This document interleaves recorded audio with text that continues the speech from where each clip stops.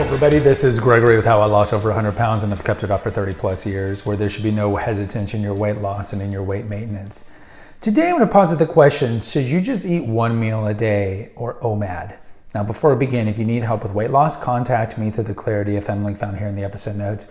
Also check out my website, which has hundreds of articles and recipes, my books, which you can find on Amazon, my podcast, The Awakened Man, and The Cinema Rag, both of which you can find on Apple or Spotify. Rate and review.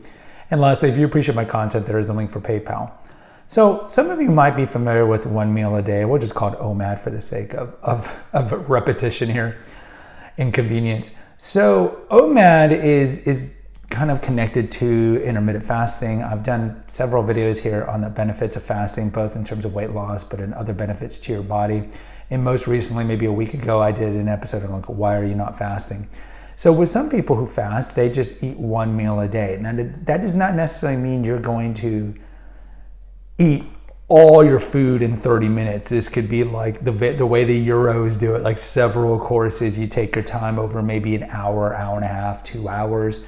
I think that would still be considered, quote, a meal if you're sitting down and just slowly eating all your calories.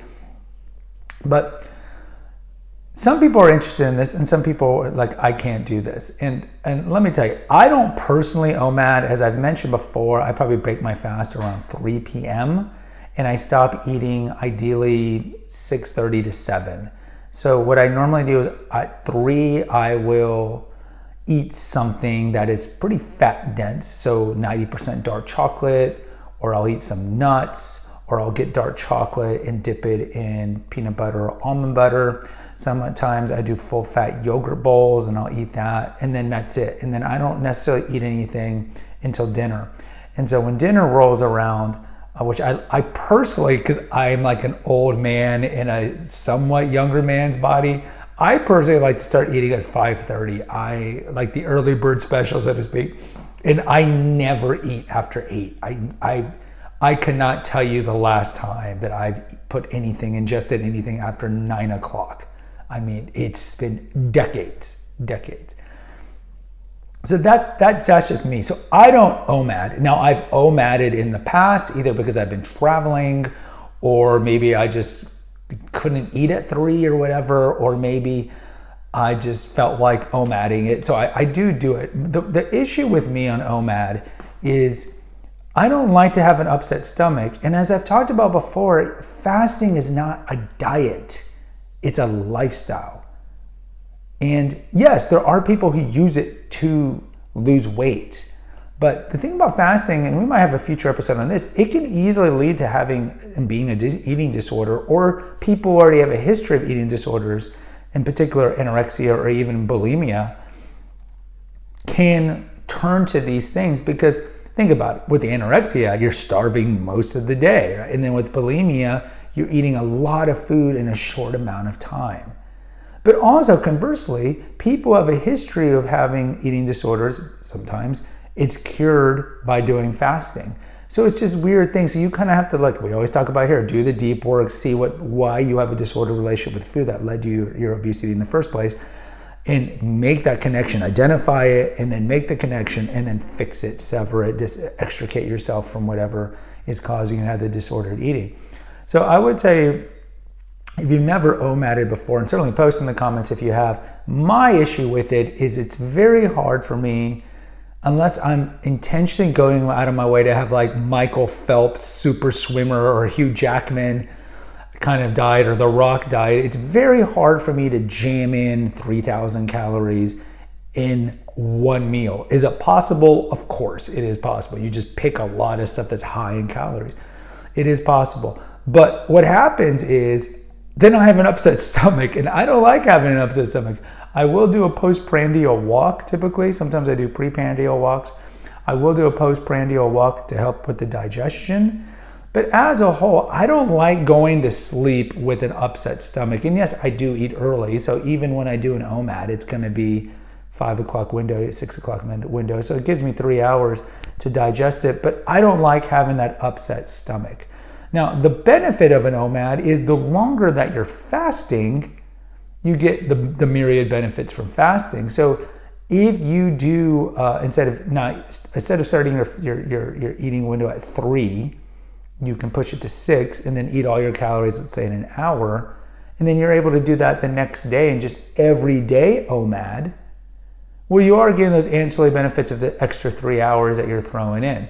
And we don't have an episode here on doing multi-day fasts. Like, I am not a big proponent of 48-hour fasts, 72-hour fasts, or even longer. There are people, certainly you can find content online, people who do these all the time. That's just not for me. And this channel is all about what has worked for me in the 30 plus years of losing weight.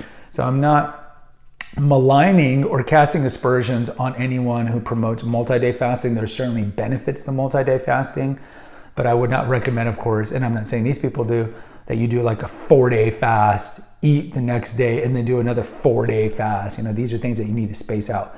For me, what works for me is a daily compressed eating window, and I've been doing this since 2014. That's what works for me.